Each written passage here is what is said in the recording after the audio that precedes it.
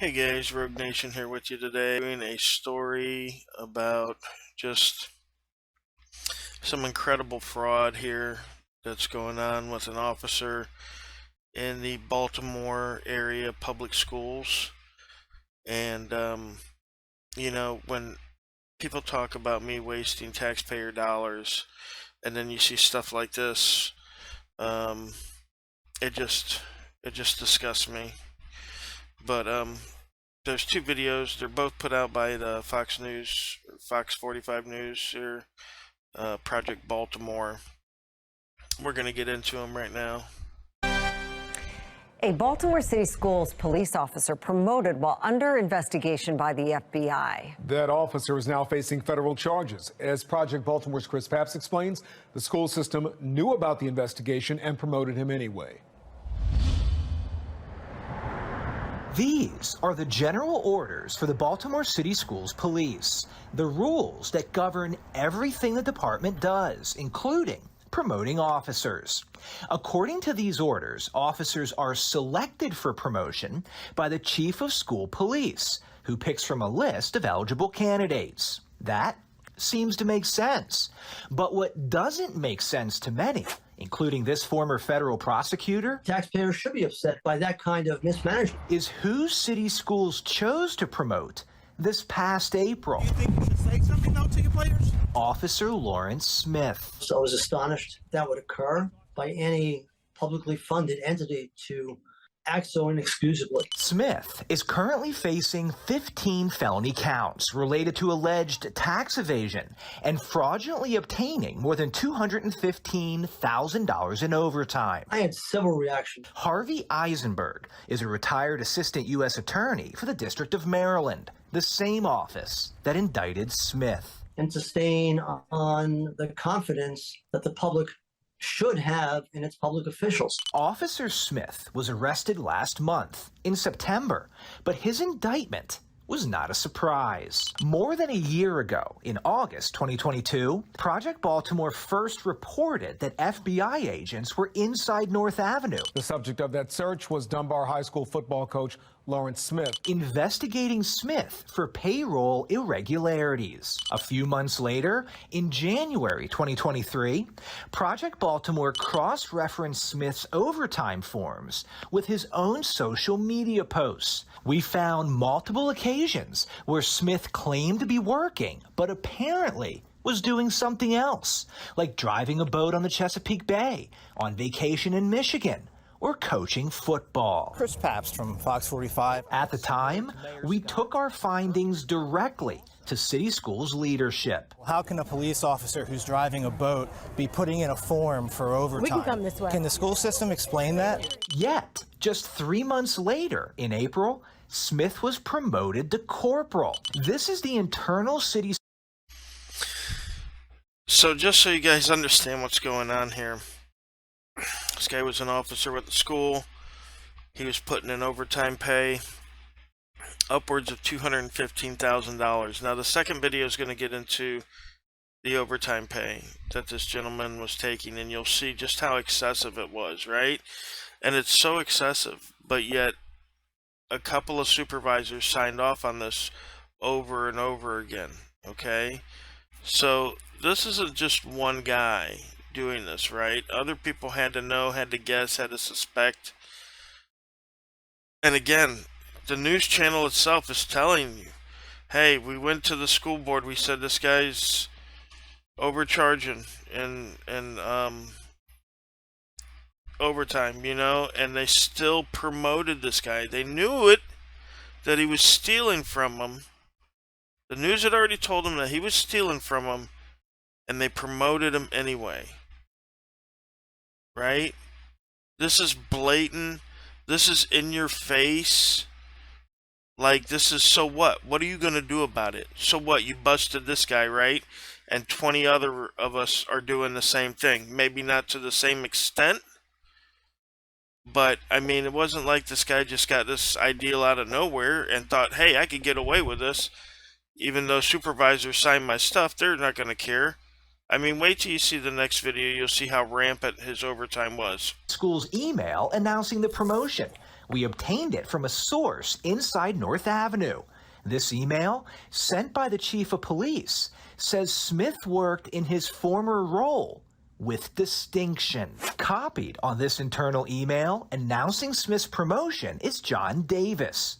Who is John Davis? Well, he's Baltimore City's chief of schools, one of CEO Dr. Sonia Santelises' top officials. If the chief of schools knew Smith was promoted, it seems likely Dr. Santelises would have known, especially since Santelises and Smith know each other.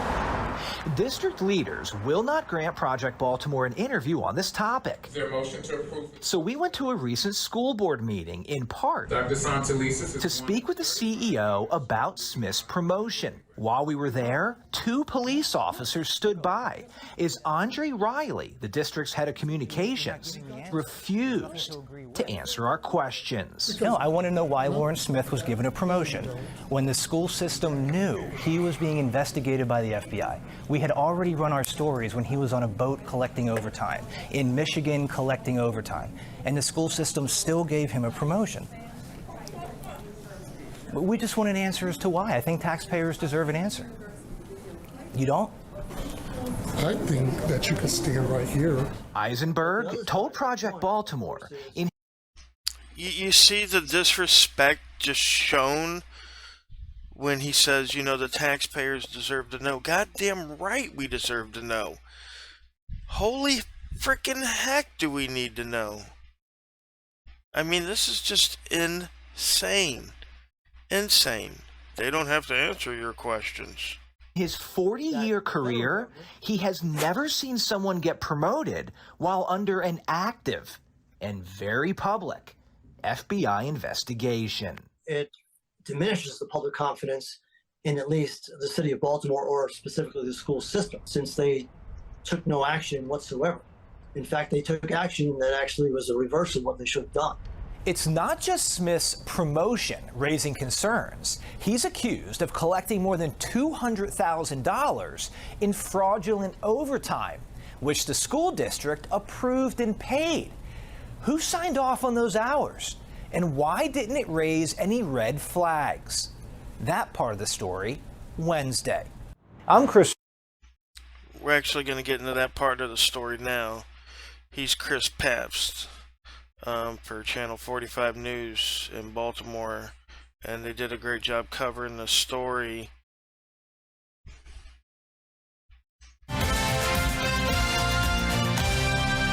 A Baltimore City school police officer facing federal charges accused of collecting hundreds of thousands of dollars in fraudulent overtime. Now, Project Baltimore's Chris Pabst is asking who signed off on all those hours. And is the FBI investigation into that officer part of a bigger problem? Mayor, can we just get a second with you? Project Baltimore has been trying to get answers about how the city spent your tax dollars during the pandemic. What's your question there? We know Baltimore City Schools is currently out nearly $500,000. Money that was paid to school police working overtime at COVID testing sites from July 2020 to July 2021. The school system asked to be reimbursed by the city, but more than 3 years later, that money hasn't been paid back. North Avenue will not tell us why. So we went straight to the mayor. The $500,000 has not been reimbursed. Can you explain why? So we'll follow up with you, Chris, on that. We know we work with our school system to make sure that everything happens above reproach, and that we're making sure that our money is spent the right way. We'll make sure you get to that information so you get to the truth and you don't have to guess. The truth could be in documents we requested from city schools, but the district will not release them, citing the ongoing investigation into Lawrence Smith, a longtime city schools police officer and Dunbar head football coach. You want to say something to your players, Coach? Lawrence Smith last month was arrested by the FBI, charged with 15 felony counts related to alleged tax evasion and fraudulently obtaining more than $215,000 in overtime from 2019 to 2022. Project Baltimore has obtained 857 of Smith's overtime forms, most of them from the same time period, And what we found raises serious questions about how Smith's overtime was approved. When an officer submits overtime hours, they fill out a form like this, which is signed by the supervisor on duty when the work is completed. The form is then approved by a commanding officer. In some cases, that's the same person who signs off twice. Of the 857 overtime forms we have for Smith, most are signed by multiple supervisors. And the supervisor who signed the most, Lieutenant Danina White. What I love about my job, I've been with the Board of Education for more than 23 years. This is White from a 2022 video posted by City Schools when she was promoted to lieutenant. My vision is one with the 21st century model of cultural transparency and accountability to restore and rebuild the highest levels of public trust. White signed off on 659 of Smith's 857 overtime forms. Lieutenant Alfonso Small signed off on 462. Lieutenant Thomas Shook approved 162. And Sergeant Tracy Johnson signed 110. In analyzing Smith's overtime forms, we found between August and September of 2020, Smith recorded 300 hours of overtime over 6 weeks. If you add that to his normal work week, Smith says he was at work an average of nearly 13 hours a day, 7 days a week, for 42 straight days. A feat he nearly repeated the following year in 2021, when he logged 297 hours of overtime over a 6-week period between June and July. 13 hours of work every day for 42 straight days. That seems like it should raise some red flags. But Smith's overtime forms were approved by his supervisors.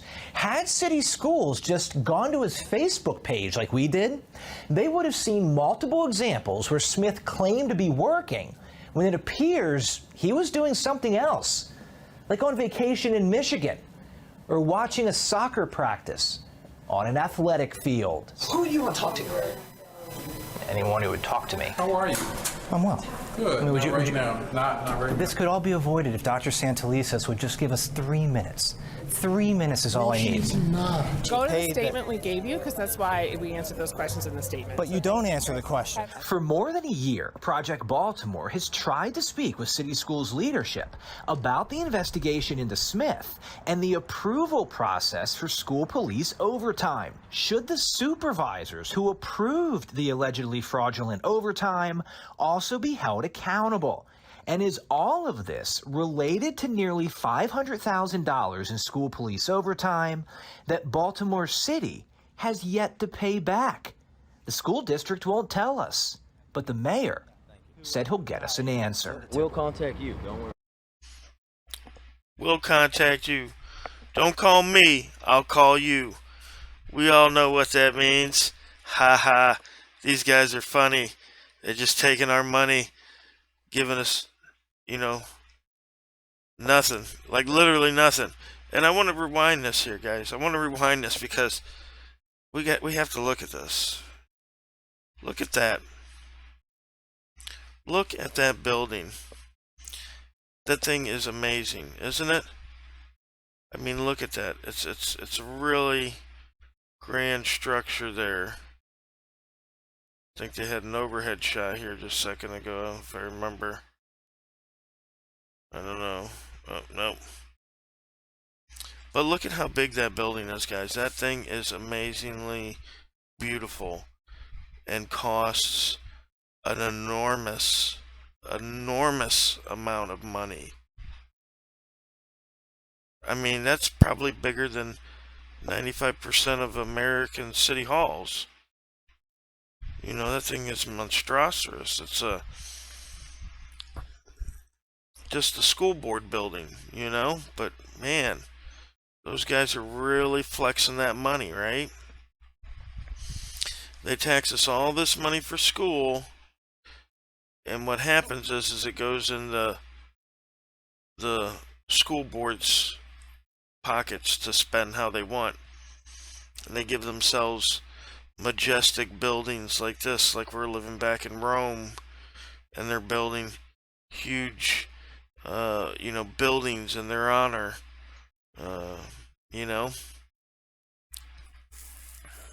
Literally disgusting. Literally disgusting. But, hey, people got beer, they've got food, they've got Simpsons on the TV, so who cares? We'll just let it go on the way it's always gone on.